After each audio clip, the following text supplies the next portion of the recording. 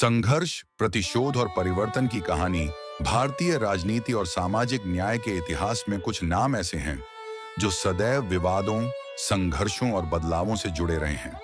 फूलन देवी एक ऐसा ही नाम है, एक दलित महिला जिसने गरीबी, सामाजिक अन्याय, बलात्कार, अपमान और शोषण को सहा, लेकिन अंततः न केवल अपने अपमान का बदला लिया, बल्कि लोकतंत्र की मुख्य धारा में आकर सांसद बनी।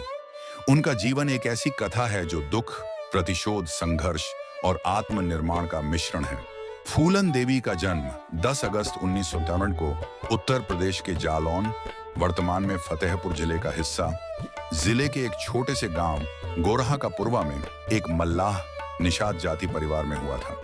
उनके पिता का नाम देवी दीन मल्लाह और माता का नाम मल्लो देवी था। वे 6 बहनों में तीसरी थीं। आर्थिक स्थिति अत्यंत दयनीय थी। उनका बचपन गरीबी, सामाजिक भेदभाव और शोषण के बीच बीता। फूलन का विवाह मात्र 11 वर्ष की आयु में 30 वर्षीय व्यक्ति पुट्टीलाल से कर दिया गया। यह विवाह एक प्रकार से सामाजिक मजबूरी थी, क्योंकि तब के समय में बाल विवाह सामान्य बात थी। विवाह के बाद उनके साथ दुष्कर्म और अमानवीय व्यवहार हुआ, जिससे वे बहुत जल्द अपने मायके लौट आईं। फूलन का सामाजिक अन्याय से बचपन से ही सामना हुआ। उच्च जातियों का प्रभाव गांव में अत्यधिक था और दलितों को बराबरी का हक नहीं था। फूलन बचपन से ही अन्याय के खिलाफ आवाज उठाने वाली थी। उन्होंने अपने चचेरे भाइयों द्वारा जमीन हड़पने के खिलाफ विरोध किया, जिससे उन्हें अपराधी घोषित कर दिया गया। जब फूलन ने अपने चचेरे भाई द्वारा जमीन कब्जाने का विरोध किया, तो उस पर चोरी और बगावत के झूठे आरोप लगाए गए।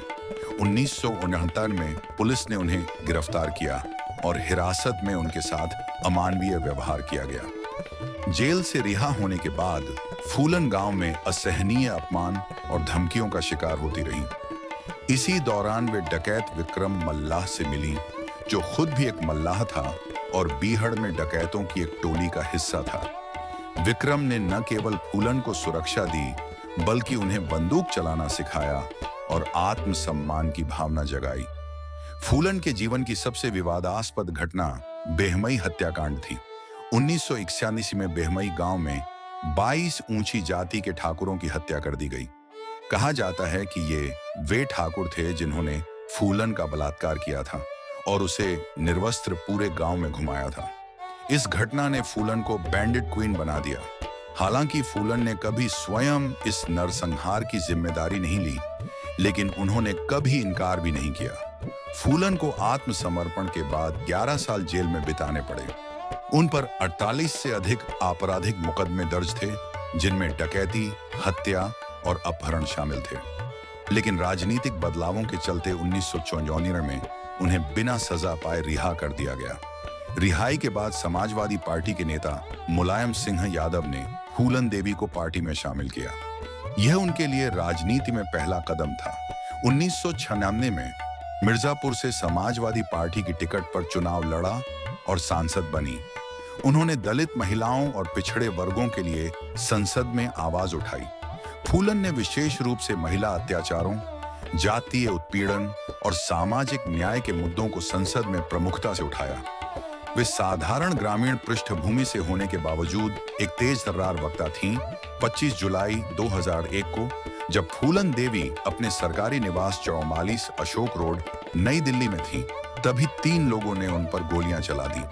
हमलावरों में मुख्य आरोपी शेर सिंह राणा था, जिसने बाद में आत्मसमर्पण करते हुए दावा किया कि उसने बेहमई कांड का बदला लेने के लिए हत्या की।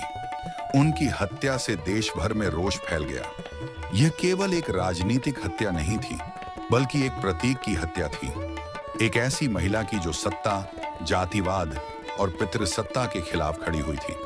हत्या के बाद कई सामाजिक और राजनीतिक संगठनों ने न्याय की मांग की।